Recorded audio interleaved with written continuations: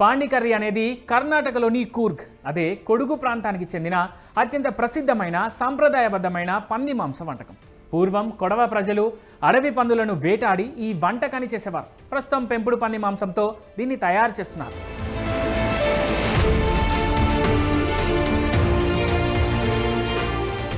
అయితే వీళ్ళు ప్రత్యేకంగా చేసే ఈ వంటకం చాలా స్పైసీగా పుల్లగా ఉంటుంది. వేయించిన మసాలాల వల్ల ఈ కూర గాఢమైన నలుపు లేదా ముదురు గోధుమ రంగులో కనిపిస్తుంది. అంతేకాదు ఈ వంటకానికి ప్రత్యేకమైన రుచిని ఇచ్చేది కచంపులి అనే నల్లటి వెనిగర్.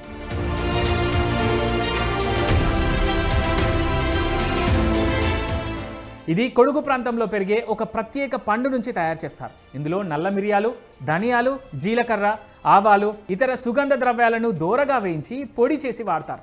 దీనిని సాధారణంగా బియ్యం పిండితో చేసిన రొట్టెలు లేదా బియ్యం పిండితో చేసిన ఉండలు, వీటినే అక్కడి వారు కదంబుట్టు అంటారు. ఈ రెండింటితో కలిపి తింటారు.